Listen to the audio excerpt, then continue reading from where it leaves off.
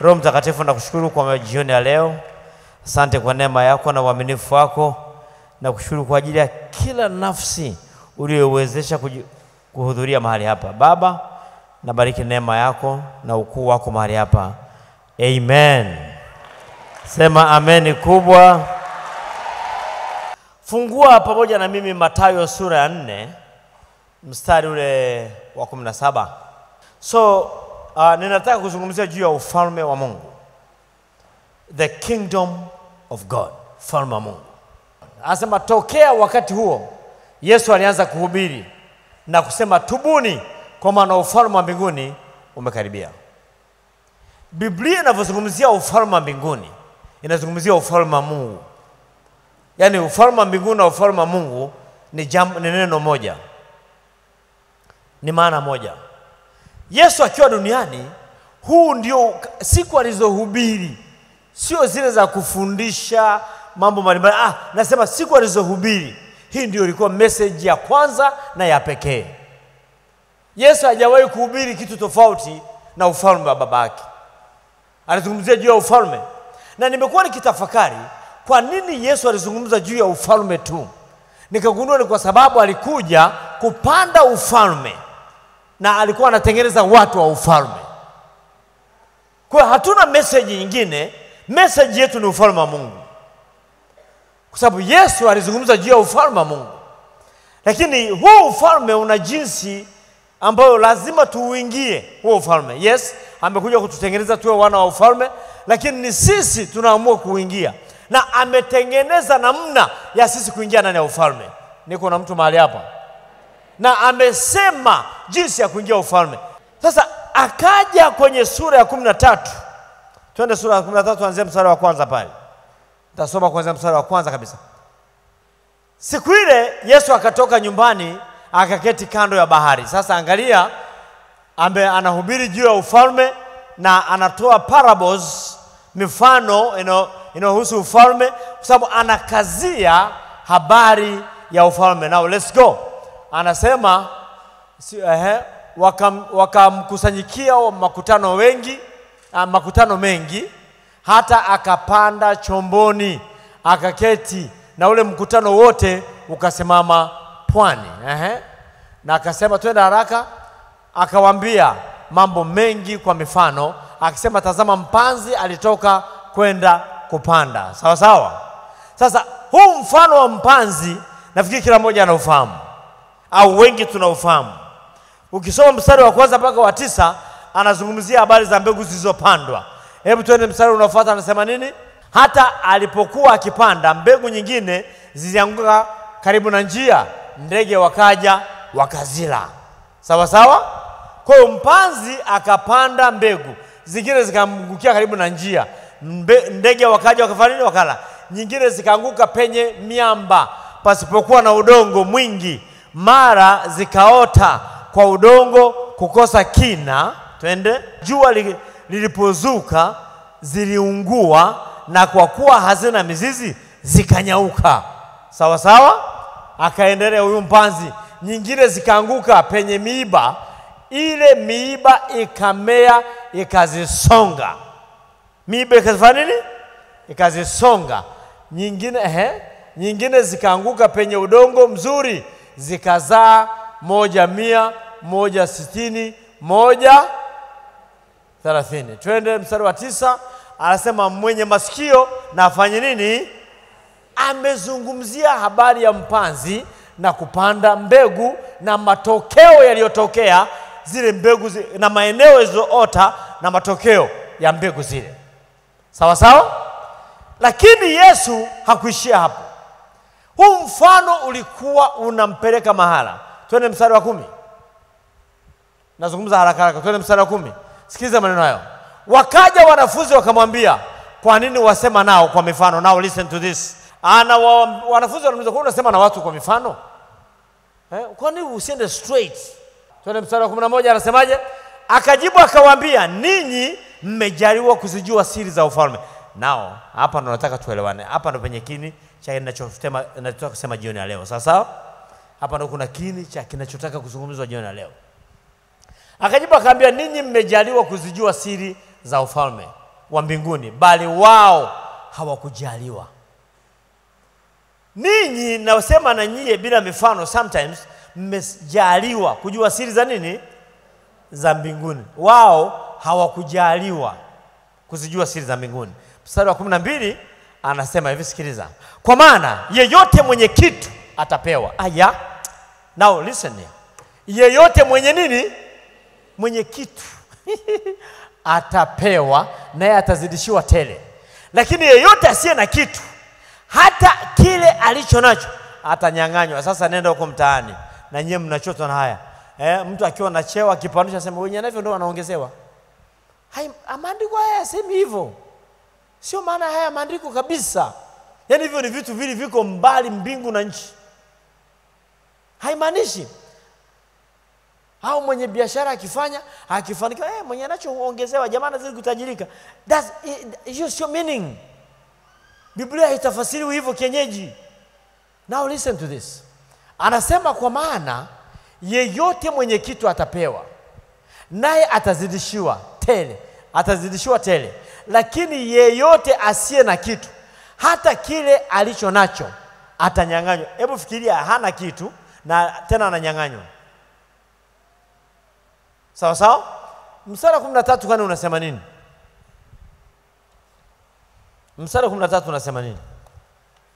Kwa sababu hii nasema nao kwa mifano, kwa kuwa wakitazama hawaoni na wakisikia hawasikii wala kuelewa. Sasa kwanza, kabla sijaenda mbali, let's concentrate here. Mstari wa 10, rudi mstari wa 10 baba. Rudi mstari wa 10 tuongee hapo kidogo. Wakaja wanafunzi wakamwambia, kwa nini wasema nao kwa mifano? Mstari wa 11. Twende. Mstari wa 11 hapa. Akajibu akawaambia, ninyi mmejaliwa kuzijua siri za ufalme. Mmejaliwa kuzijua siri za ufalme wa mbinguni, bali wao hawakujaliwa.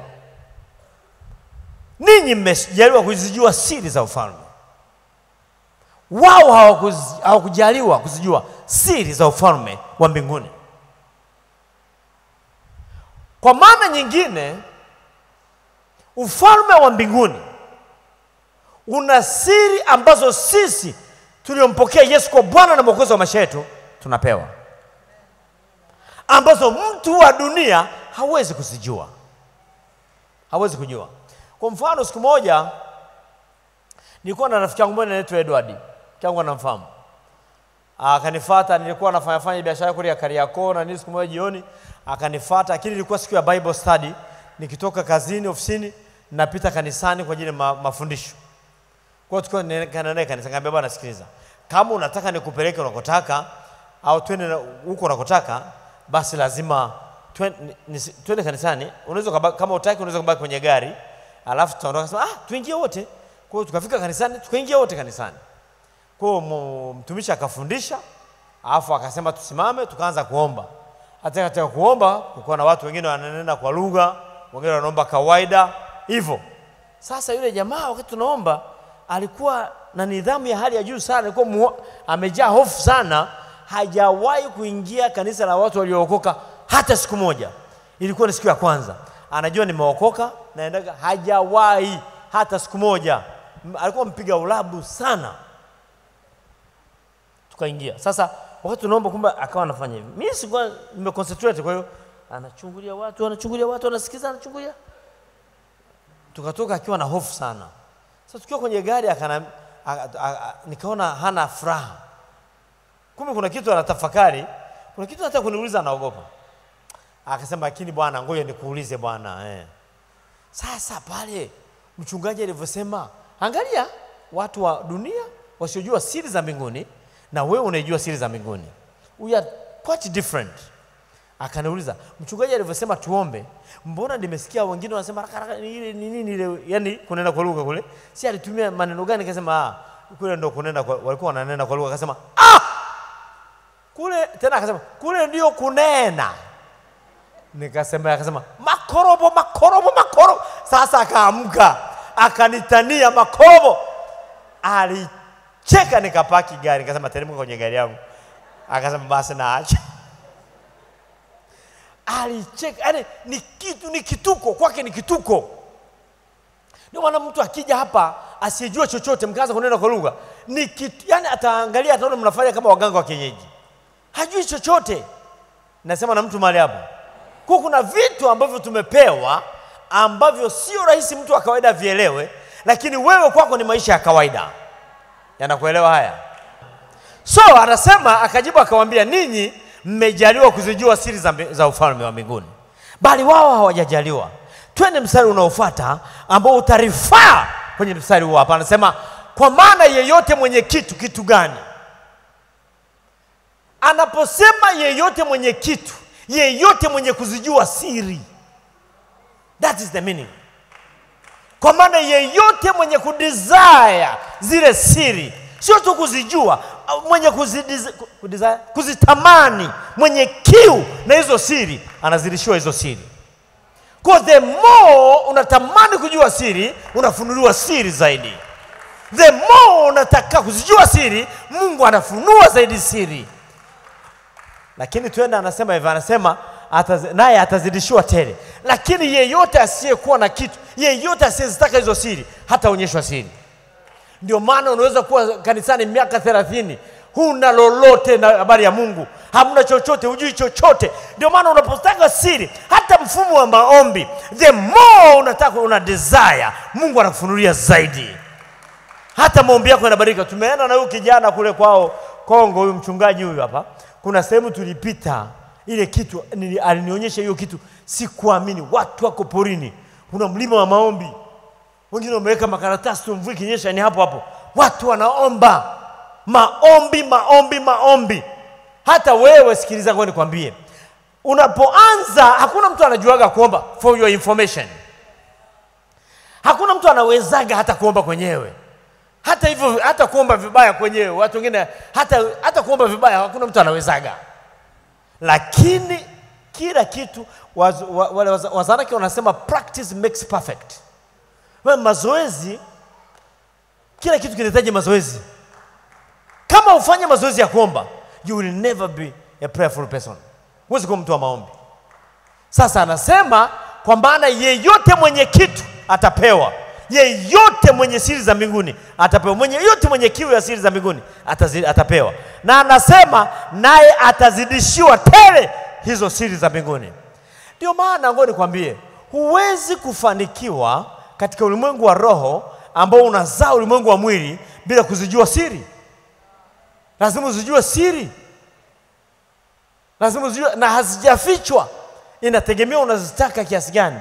The more unavozidi kuzitamani, unafunuliwa siri. Tena anasema utapewa tele.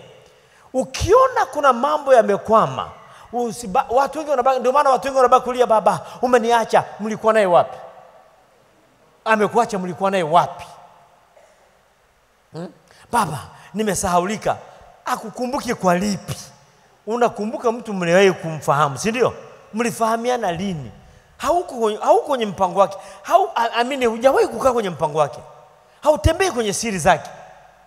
Kuna namna ambao unaweza kuaccess vitu vya ufalme wa mbinguni au vitu vya ufalme kwa sababu ya kuzitafuta siri ya jinsi ya kuingia zile siri, kuyaingia hayo mambo. Kuna mambo huwezi kuyajua mpaka ujue. Sikiliza bwana, ngoja niwaambie kwa mfano kitu kimoja. Biblia inasema jambo la wazi kabisa. Inasema hakuna aliye najisi ambaye anaweza kaona kitu chema. Always mtu najisi anaona unajisi tu. Ukiwa mchafu unaona uchafu. Ndio maana Yesu hakuona ubaya wetu, alitafuta kilicho chema.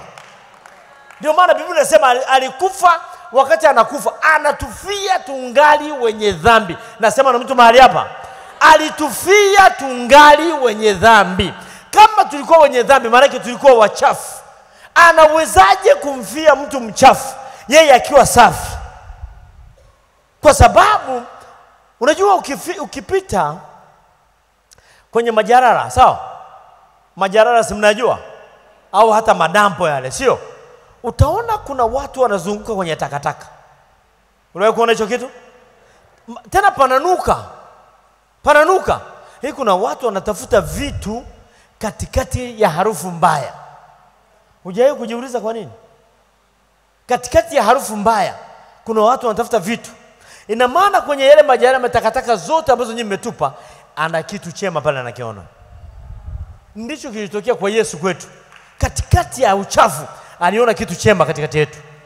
Ndio maana hata ndani ya kanisa, mpendwa, jifunze kuona mazuri ya watu, sio mabaya tu. Jifunze kuona kitu chema. Okay, Shenyago ana mapungufu, yes. Unayo mapungufu, lakini huna kizuri? Hauna chema? Kwa nini singangane na chema na ngangana na kibaya? Kinachosababisha ningangana na kibaya alichonacho huyu ni ubovu ulioko ndani yangu. Ni ubovu ulioko ndani yangu, ni uchafu ulioko ndani yangu. Ndio maana naona ubaya zaidi kuliko kizuri. Kama ningekuwa msafi, ningetafuta kilicho chema. Alafu nikakutengeneza kutoka kwenye chema tukaenda wote. Sijasikia watu hapa, kuna watu hapa ndani. Kuna watu hapa ndani. Naelewa ninachokisema hapa? Yes. Kwa Yesu anasema njia sahihi ndio hiyo. Kwamba ukizitamani siri utazidishiwa. Ukizitaka utazidishiwa. Utazidishiwa. Huu mkwamo ulioko ndani ya watu wa Mungu, mkwamo ni matokeo ya watu kutotafuta kuzijua siri za Mungu. Mbona tumepewa hizo? Huu mkwamo ni matokeo ya watu kutozitaka au kuzitafuta siri za Mungu. Sema amen. Mwambie jirani yako, anakuelea haya. Muulize, anakuelea haya? So penzi la Mungu ndio maana watu wengi sana hawaishi maisha ya imani. Now follow me. Watu wengi sana hawaishi maisha kumwamini Mungu. Kumwamini Mungu maana yake kumtegemea Mungu 100%. Ili uweze kumtegemea Mungu au uishi maisha ya imani, lazima umjue Mungu. Na ujue penzi la Mungu, ujue uaminifu wa Mungu, na ujue wazo la Mungu juu ya maisha yako. Yes. Kwa nini watoto wanategemea wazazi wao? Wanajua uaminifu wao, wanajua penzi lao. Kwa they know, they are sure kwamba ninapendwa. Kwa nikikurupuka nikimwangukia, mama yuko tayari aachilie tray ya mayai, lakini mtoto asianguke. Penzi hilo.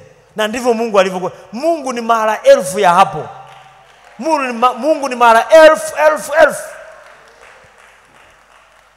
Nasema na mtu mahali hapo. Usije kwa Mungu kama mganga wa kienyeji, only kwa sababu una shida. No, njoo kwa Mungu kujenga fellowship na yeye. Utayaona matokeo kwenye ushirika, sio kwenye kutafuta majibu. Tunakwenda kutafuta majibu. Hatuja hapa kutafuta majibu, tunajenga ushirika. Majibu ni automatic.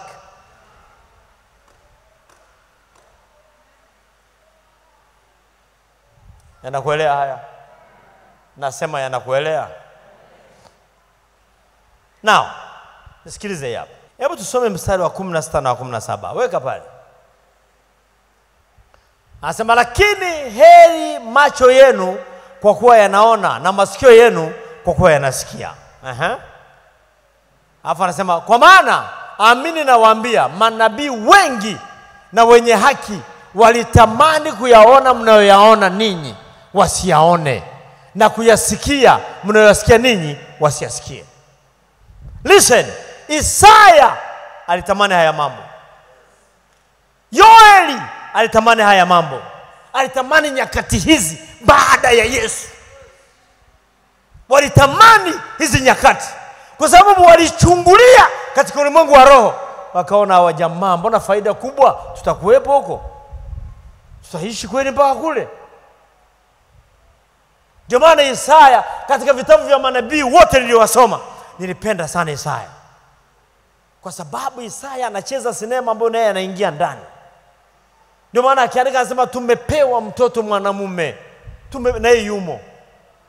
Wakati kisha kufa long time kabla ya Yesu kuzaliwa. Isaya anaicheza sinema akiwa ndani. Si mnanielewa wapendwa? Anasema manabii walitamani hawa jamaa. Manabii wengi na wenye haki miaka hiyo, wakina Ibrahim walitamani haya mambo. Wote walioweza kuwa na ushirika na Mungu wakachungulia, walitamani hizo nyakati sana za wakuti. Hizi siri ambazo tunapewa sisi, nyakati hizi tumepewa vitu ambavyo hawajawahi kuwa navyo. Listen, ngoja niwaambie kitu kimoja. Ngoja niwaambie kitu ambacho hamjui. Sisi ni bora kuliko Petro na Yohana. Walokole hawawezi kunielewa. Lakini nakwambia wewe kipindi hiki. Kwa nini Biblia inasema kanisa la mwisho lina utukufu kuliko la kwanza? Unafikiri la kwanza ni lipi? Si ndio kina Petro? Unafikiri kina Ibrahim? Kanisa ni kuanzia kina Petro. Wewe usiombee watu mabaya, ila wao wape nafasi ya kuombea mabaya ili waone udhihirisho wa Mungu ndani ya maisha yako. Sema amen. Haleluya. Anasema kwa maana mimi nawaambia manabii wengi na wenye haki walitamani kuyaona, yani walitamani kuona hizo siri tunazopewa sisi. Walitamani manabii wakina Yeremia, wakina Isaya, wakina Ezekiel, wakina Nahumu, wanatamani vitu ambavyo wewe unachezea. Wewe unachezea. Chezea kitu bana. Mungu ametupa uthamani wa hali ya juu sana. Haleluya. Yani hapa Yesu anajaribu kuelezea uthamani wa ufalme wa Mungu. Uthamani. Nipe mstari wa 18 kidogo hapa nione unasema. Mstari wa 18. Naruka. Basi ninyi sikizeni mifano ya mpanzi. Twende 19. Anasema kila mtu alisikiapo neno la ufalme asielewe nalo, huja yule mwovu akalinyakuwa lililopandwa moyoni mwake. Huyo ndiye aliyepandwa karibu na njia. Shetani hataki uzijue siri za ufalme. Hamjanielewa.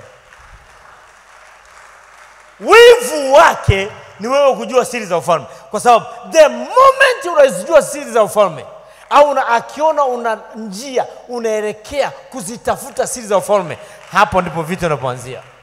Shetani apigana na mtu kwa sababu amejenga nyumba nzuri, build your house, live in your house, lakini sio siri za Mungu. Ndio maana unaweza ukafanya mambo yote bila kukwama, lakini sio kuzijua siri za ufalme. Ndio maana kusoma Biblia ni ngoma. Kujifunza neno la Mungu ni kazi. Ukisema njoo tujifunze neno, huoni watu. Waambieni njoo tuwafundishe ujasiriamali, wanajaa. Easy. Si mnanielewa hapa jamani?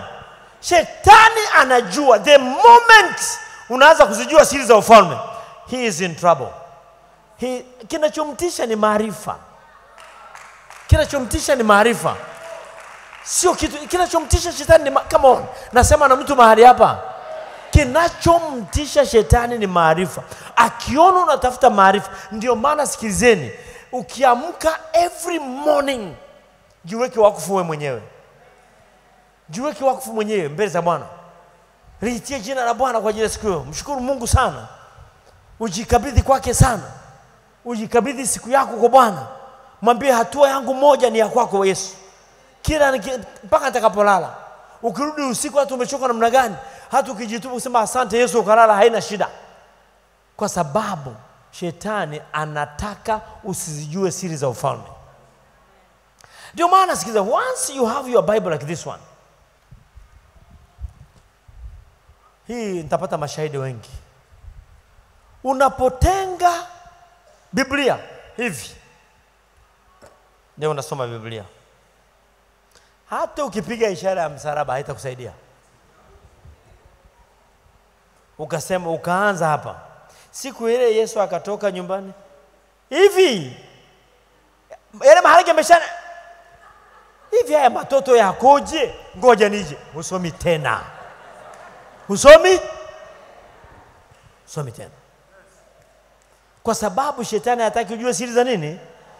Kama kuna mahala shetani anajihudhurisha, kama kuna mahala shetani anapatikana, ni pale unapojiandaa kujifunza siri za ufalme.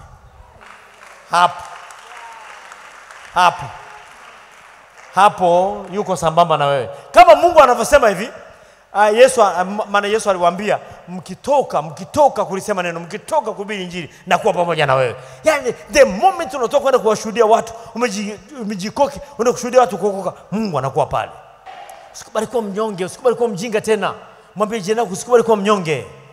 Usikubali kuwa mjinga tena. Tafuta siri za ufalme, mwambie. Mwambie sasa kwa bidii. Yes, mpe Yesu makofi. Tusimame.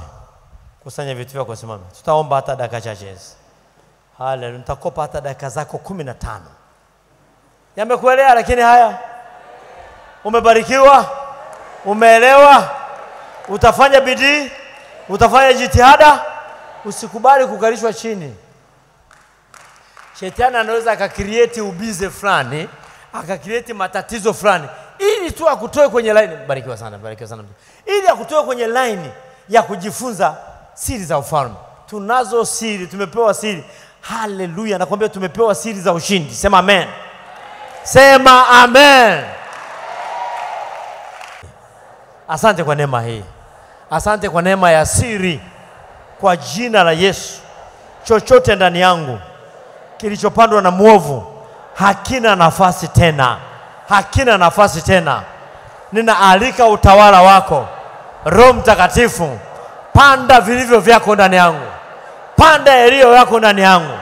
Sitakata tamaa, wala sitakuwa mnyonge, wala sitakuwa dhaifu, wala sitaonewa, wala sitadhulumiwa.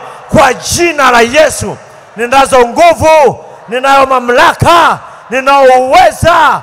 Kwa jina la Yesu, ushindi ni wangu. Amen. Sema kwa jina la Yesu. Nang'oa kila mpaka niliowekewa wa uchumi. Kwa jina la Yesu, mpaka wa uchumi na fedha niliowekewa katika ulimwengu wa roho, iwe kwa kurithi, iwe kwa kutamkiwa, iwe kwa kupandiwa, kwa jina la Yesu ninaharibu mpaka huo. Naharibu mpaka huo kwa jina la Yesu.